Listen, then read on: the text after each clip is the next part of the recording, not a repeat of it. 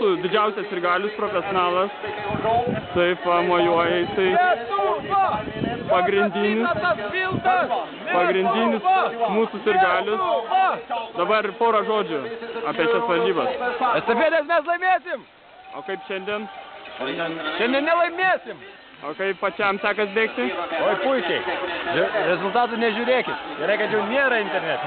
Kaip jums šis pasaulio čempionatas? Komisionis mane drasko, va, kas yra tikroji žvaigždė.